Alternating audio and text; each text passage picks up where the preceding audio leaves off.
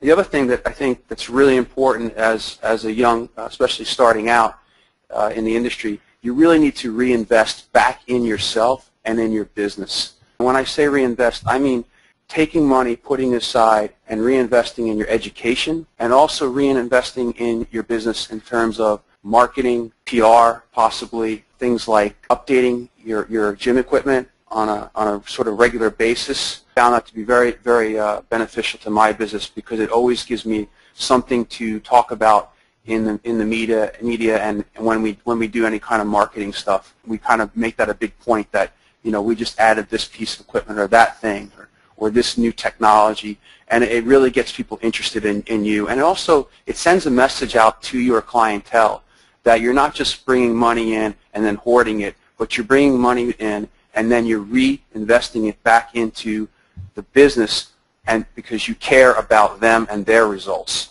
By doing that reinvesting back into my business, I started out at 400 square feet in a live-work loft, and I was in that loft for 3 years.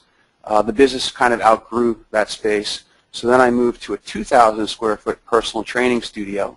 That I just did all on my own. I had no investment whatsoever.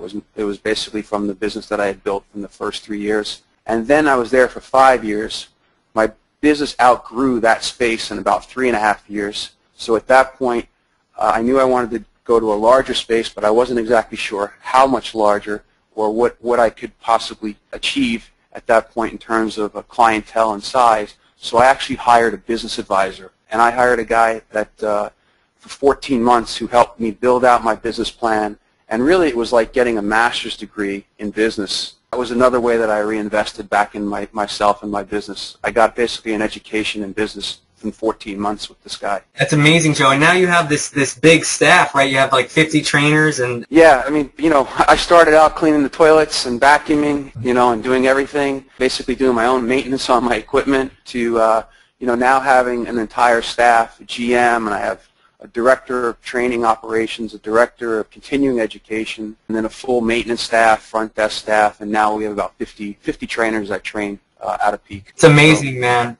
And at the end of each of these key ingredients that Joe is talking about, we have a little take action section. It's great to hear how Joe did it, but we really got to put the pressure on you guys to follow his lead and take the step you need to do in your business. So the question I'd like all of you out there to answer right now, write it down. What is your passion, and what resources and relationships do you already have that you're not harnessing? You know, you might not have been a model, but you might know the guy at the dry cleaners who likes you a lot and listens to you. That's a place to start. Start with what you've got. Thank you, Joe. That's really awesome. On to number 2, continuing education. Yeah, this is a big ingredient in my success, I think.